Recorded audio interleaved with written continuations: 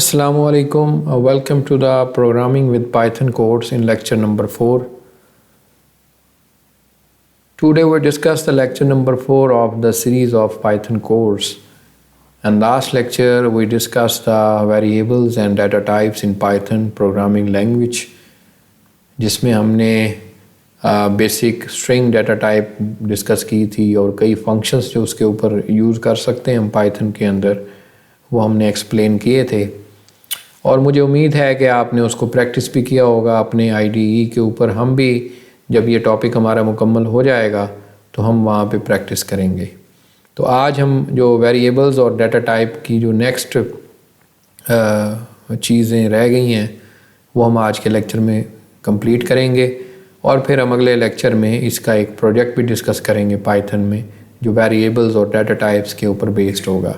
आज भी मैं उनकी एग्जांपल आपके सामने दिखाऊंगा। तो मैं आपसे ये एक्सपेक्ट करता हूँ कि उन तमाम एग्जांपल को आप अपने तौर पे पाइथन की जो आईडीई है उसके अंदर बनाएंगे। तो लास्ट टाइम हमने स्ट्रिंग्स के हवाले से बात की थी, आज मैं बात करूँगा नंबर्स के हवाले से कि नंबर्स को हम कैसे पाइथन के अंदर इस्तेमाल कर सकते हैं। तो numbers are used to quite often in programming to keep the score in games, representing data in visualization, store information in web application and so on.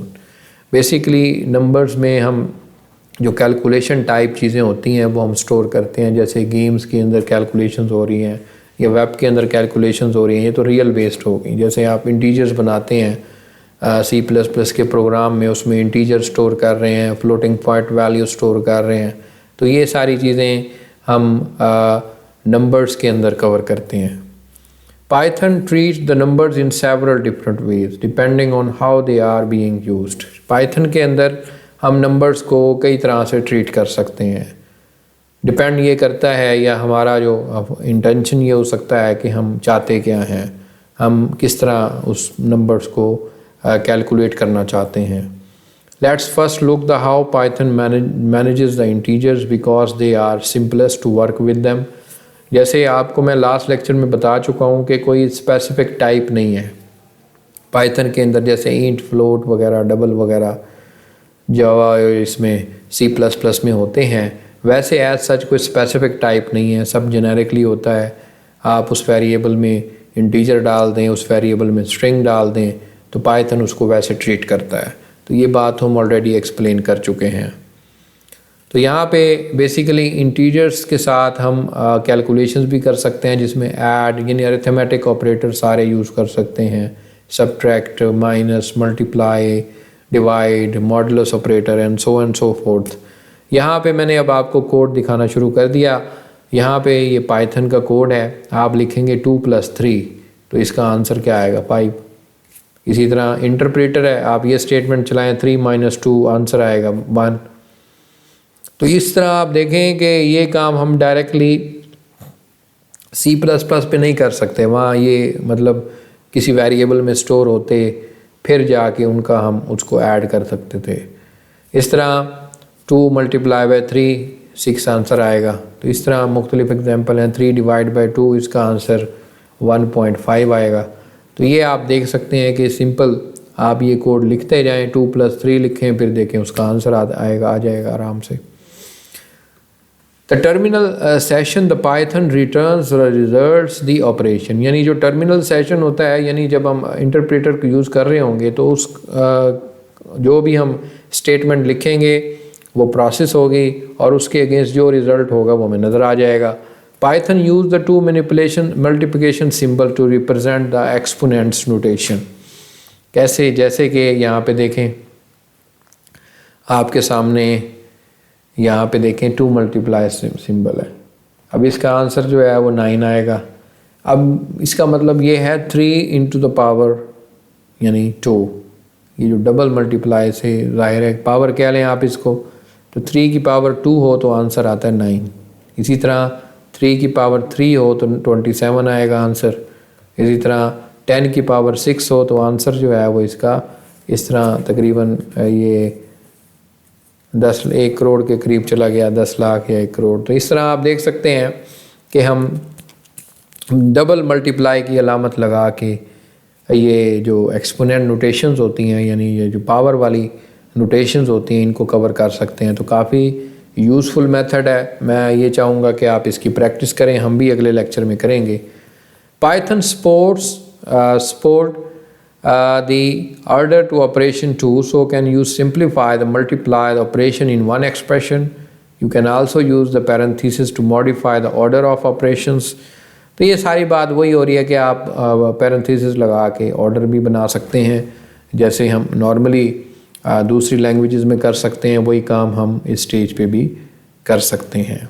तो यहाँ पे एग्जाम्पल देखें कि मैंने अब लिखा है, एक्सप्रेशन लिखी है, इसमें दो ऑपरेटर हैं, प्लस और मल्टीप्लाई।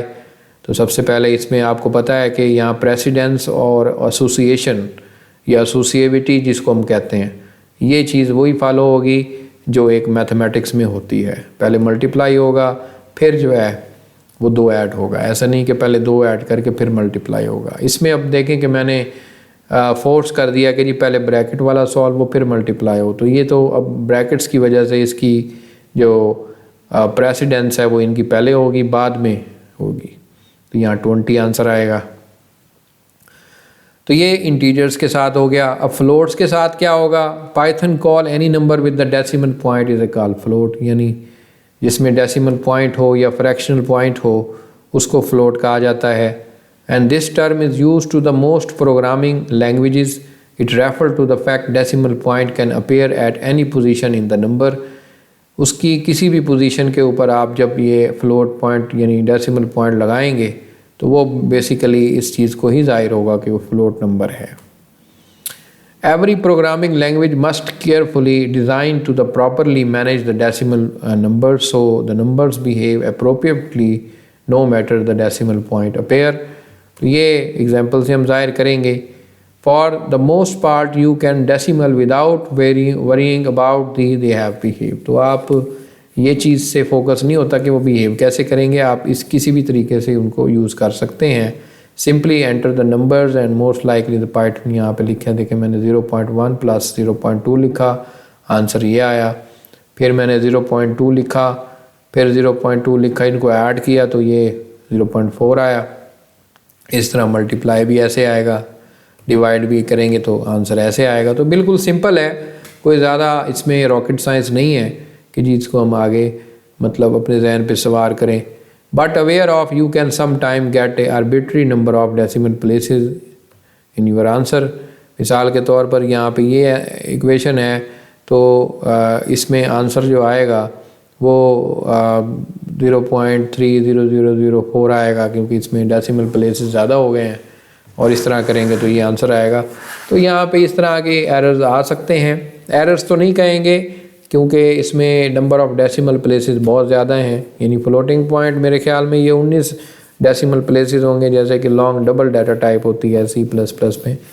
तो ये इस तरीके से ट्रीट करेगा। बाकी हम इसको जब ट्राई आउट करेंगे, आप भी इनको अपने तौर पे मुख्तलिफ एग्जाम्पल को लेके अपनी पाईचार्म आईडी के अंदर इसको टेस्ट आउट करें और ताकि इनकी चीज़ की प्रैक्टिस हो सके।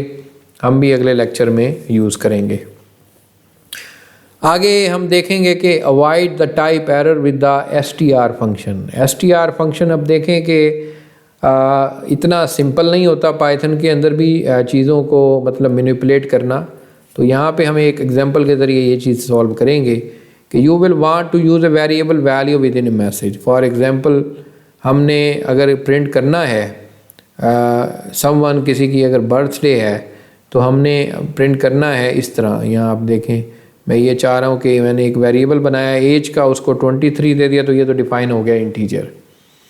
एक मैसेज का वेरिएबल बनाया, उसमें मैंने यहाँ पे अब मैसेज के अंदर मैंने हैप्पी लिखा, ये एक स्ट्रिंग है, इसको कैनकेटिनेट किया इस एज के साथ, फिर प्लस RD। मैंने यहाँ पे ये कहना चाह रहा हूँ, लिखा हुआ है कि हैप्पी 23rd बर्थडे, तो यहाँ पे एज की जगह 23 प्रिंट हो, यहाँ पे RD बर्थडे प्रिंट हो, तो मैसेज प्रिंट हो जाए। लेकिन यहाँ पे एरर आएगा आपके सामने। यू माइट प्रिंट, ये चाहते हैं कि हैप्पी 23rd जो है वो बर्थडे हो, लेकिन अगर आप ये करेंगे तो ये एरर आएगा। एरर क्या होगा? वो कहेगा कि जी can not convert int object into string implicitly. क्योंकि आप देखें कि ये मैसेज के अंदर आप एक स्ट्रिंग बना रहे हैं, तो स्ट्रिंग के अंदर इंटीजर भी डाल रहे हैं, तो डायरेक्ट आप इंटीजर को स्ट्रिंग में कन्वर्ट ऑटोमेटिकली नहीं कर सकते, यानी पाइथन के अंदर ऑटोमेटिकली ये काम नहीं होता। एक्सप्लिसिटली हमें बताना पड़ता है कि जी पहले इसको स्ट्रिंग में कन्वर्ट करो, फिर जो है वो उसको शो करो। तो अब हम ये देखते हैं कि कैसे कन्वर्ट करते हैं। तो यहाँ अब मैंने देखा है, यहाँ पे मैंने str का फंक्शन इस्तेमाल कर लिया, इसको मैंने एज दिया, इसने इस एज को, क्योंकि एज में इंटीजर पड़ा हुआ है, इसने उसको स्ट्रिंग में कन्वर्ट कर दिया और फिर यहाँ पे 23rd आपको दिखाएगा। तो यहाँ पे अब आपको बगैर किसी एरर के हैप्पी 23rd जो है बर्थडे दिखाएगा। लास्ट में हम देखेंगे कमेंट्स कैसे हम पाइथन के अंदर लिख सकते हैं। पाइथन के अंदर जो है वो बेसिकली कमेंट्स बहुत ज़्यादा इस्तेमाल होते हैं, जैसे हर लैंग्वेजेस में होते हैं, तो उनको लिखने का तरीका बड़ा जो है वो सिंपल सा है। ऑफ कोर्स कमेंट्स क्या होते हैं इसके बारे में आपको ऑलरेडी पता होगा कि हम कोड जो पाइथन का लिख रहे हैं या किसी भी प्रोग्रामिंग लैंग्वेज का लिख रहे हैं, तो कोड के अंदर बाद औक़ात चीज़ें ऐसी होती हैं जो कॉम्प्लिकेटेड होती हैं, हम कमेंट डाल देते हैं कि भाई इस कोड का क्या मतलब है, यानी इस कमेंट से पता चल जाएगा। होता इसलिए है कि कल 10 दिन बाद या हफ्ते बाद या 1 साल के बाद आप अपने कोड को देखेंगे तो आपको फ़ौरन उस कमेंट को देख के पता चल जाएगा कि इस कोड की फलां जो चंक है कोड का उसका क्या फंक्शन है। अगर आप नहीं करेंगे तो थोड़ा आपको समझने में टाइम लग सकता है या आप भूल जाएं। तो कमेंट बेसिकली रीडेबिलिटी, अंडरस्टैंडेबिलिटी के लिए इस्तेमाल होते हैं। ऑफ कोर्स कमेंट जो है वो आप इंग्लिश के नोट्स ही एक किस्म के लगा सकते हैं। तो यहाँ पे आप शार्प साइन इस्तेमाल करते हैं पाइथन में कमेंट के साथ। यहाँ पे देख के मैंने लिखा है से हेलो टू एवरीवन, तो यहाँ पे मैंने प्रिंट पाइथन प्यूपल, तो आउटपुट जो आएगी इसकी, यानी इसमें ये वाली लाइन जो है वो कंपाइल होगी, ये वाली लाइन नहीं चलेगी क्योंकि पाइथन इसको कहेगा दैट इज़ द सिंपल, इसको ऐसे समझ लें इग्नोर कर देगा। तो ये जस्ट हमारे देखने के लिए है, तो इसकी आउटपुट आएगी हेलो पाइथन पीपल। तो यहाँ पे आप देख सकते हैं कि इस तरह मैं कमेंट्स ऐड करता हूँ अपने प्रोग्राम में शार्प साइन से। That is the different from the आपकी जो C++ है या C लैंग्वेज है उसमें थोड़ा सा डिफरेंट है, बाकी इसमें कोई ऐसा सिनेरियो नहीं है। तो आज का लेक्चर मैं यहीं पे ख़त्म करना चाहूँगा। हमने जो वेरिएबल्स और डाटा टाइप की डिस्कशन आज कंप्लीट कर ली है। अगला लेक्चर जो है वो मेरा प्रैक्टिकल होगा, यानी हम पाइचार्म के ऊपर कुछ प्रोग्राम्स बनाएंगे, वेरिएबल्स भी उसमें होंगे हर तरह के, और 1-2 प्रॉब्लम्स को सॉल्व करेंगे और फिर आगे फर्दर जो पाइथन का नेक्स्ट चैप्टर है या नेक्स्ट जर्नी है वो फिर आगे हम स्टार्ट करेंगे। तो तब तक के लिए आप बुक से इसको देखें, बुक से भी देखें और इसके प्रैक्टिस भी करें। तो कल नेक्स्ट लेक्चर में हम इसकी प्रैक्टिकल एग्जांपल लेके आएंगे। तब तक के लिए खुदा हाफिज़।